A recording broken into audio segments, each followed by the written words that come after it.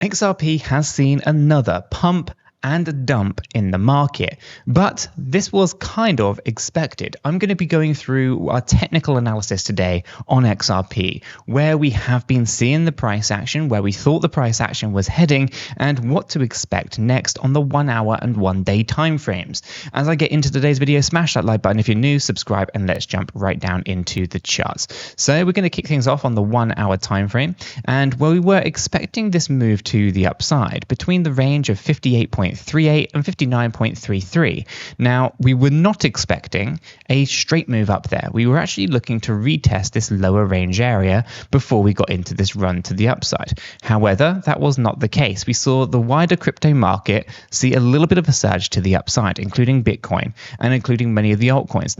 The entire market pushed up, grabbed the liquidity, and then dumped on the market once again. And so we unfortunately were unable to take advantage of the long position here because we were thinking that the price action was going to come down before we got this lift. Now, this does change, of course, some of the things that we were expecting to happen next. This now effectively means that this little area is complete, and we lift it up here. Now, we want to check to see how big of a move this was and whether it was in line with our expectations. It's actually a little bit higher than the expectations, but I don't think this is going to constitute another surge back up into this range. I think there is way too much resistance now up in this area. So let's go ahead and show you this consolidation, right? Because we can see right inside here that there is this huge interesting range of previous consolidation. Essentially, a lot of sell pressure happening here between 57.45 and 58.45. So, knowing that we hit our targeted range a little bit earlier than expected, we can now say that our structure for a WXY is complete. We no longer have to see another surge to the upside. This means that although we have got a higher high here on the hourly time frame, unfortunately, to me, this is not a good look. We are looking at higher lows coming in here as well, okay, as this higher high is coming in, and this is an ascending wedge now, and that is a potential problem. It's a problem because this is known as a continuation pattern and will essentially mean that will be another push to the downside. But there is a little bit of good news here, okay, which is that, of course, we could have shorted as instructed in yesterday's video if we were clever enough to be thinking about where to kind of short. This would have been a great place to kind of have something open, and we would have had a minimum of 1.5 on the risk reward ratio.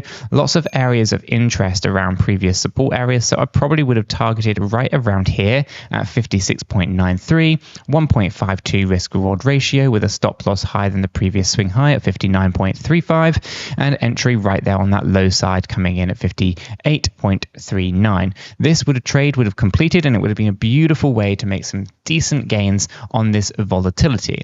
Now, with that volatility playing out the way that it has done, does this mean that we are to expect more downside or another run to the upside? Well, we're finding good support on the trend line, the lower side.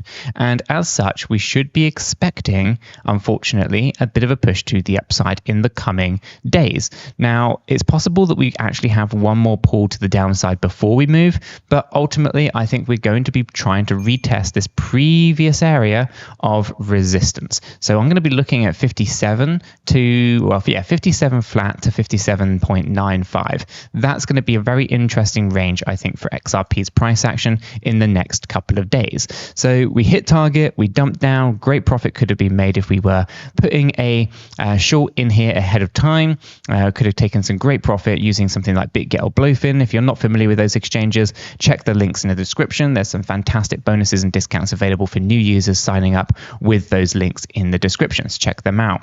And yeah, for the most part, this is a great place to kind of think about the next kind of moves. Now, we do have resistance on the 50 SMA, the yellow line coming through the chart, 56.73. The blue line, the 50 EMA, also resistance, 56.76. And the 200 EMA, also resistance now, once again, at 56.84.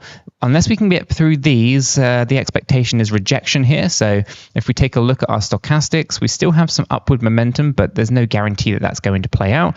Let's go ahead and check the relative strength index, still shifting down. So lots of momentum to shift on down in those, in my opinion. Okay, so knowing that there is still, unfortunately, a lot of volatility to be expected, I would be looking for a potential retest test of the trend line and then a bit of a pull to the upside. Resistance is clear here on the 50 EMA, 50 SMA, 200 EMA, but I don't think it's warranting a short position from here because I don't think there's going to be a huge opportunity and it's lower than the 1.5 risk-reward ratio. So instead, what I would be looking for would be to try to go long somewhere in and around this area. As I said, it may be possible for us to come back down and retest some of these additional lows. So if I were to kind of give you a rough targeted range on where that could potentially go, I would be looking at that in a very interesting area, actually 55.6 to 55.9.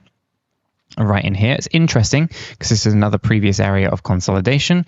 So I'd be looking at this area for a potential long position, and that stop loss I would put way down lower than the X wave swing low, which would have to come in at 54.96. And our take profit, I'm going to, as I said, look at that previous area of kind of resistance, and I'm going to go ahead and look at it approximately around 57.43, 2.21 risk reward ratio. That will be my approach on the market. Right, so don't bother trading the short. I wouldn't necessarily do that just yet. I'll be looking for a reversal in this range, stop loss lower than the previous swing low, and target out that upper area of resistance, put a trailing stop on it or something like that effect, and hopefully that holds out quite well before we get into the next shorting opportunity, which of course would happen up here. Stop loss will be a little bit difficult on this one because you'd want it to give it some room, but I don't think you're going to get a great risk reward ratio if you do that.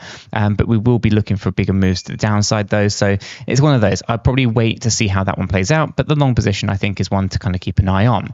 Okay, so the hourly chart seen a lot of volatility once again for XRP. The ascending wedge is a problem. We will be looking for a bearish breakdown, but this should not be any new news to anyone who's been keeping up with the TA because that is what we're looking for on the daily time frame. We are looking for a bullish break to the upside, but not until we have this move down here. We're targeting out 51 to 52 cents. Okay, so we're looking for this move to the downside. We've hit that higher range expectation, and so we are looking for this move to come on down here over the next few weeks. Okay, this is the daily chart, so it does take time. Once we hit 51 cents, I am going to be looking for a long position on a daily time frame where we will be targeting out 75 cents, and I'd have to put the stop loss lower than the previous swing low, but it will give us a 2.62 risk reward ratio. This is the trade that I'm most excited about when it comes to XRP because it's going to be the one that gives us the most percentage gains over a long period. This is a 44% move from where I anticipate the entry to be and where I think we're going to see a great swing opportunity for XRP. So you can buy and on spot and hold and then sell at 75 cents. You could use leverage on BitGet or Blowfin, for example, and use something like 5x leverage and multiply those gains exponentially, right? Obviously, there's risks involved. Any potential multiplications to your gains are also made on your losses, so be very aware that you do run high risks of being liquidated and losing all your capital. So if you don't understand trading, obviously do some tutorials, do some paper trading first and demo trading before jumping in. But ultimately, that is kind of my approach to what I think is going on. We're looking for a big break to the upside. It's going to take a very long time to play out.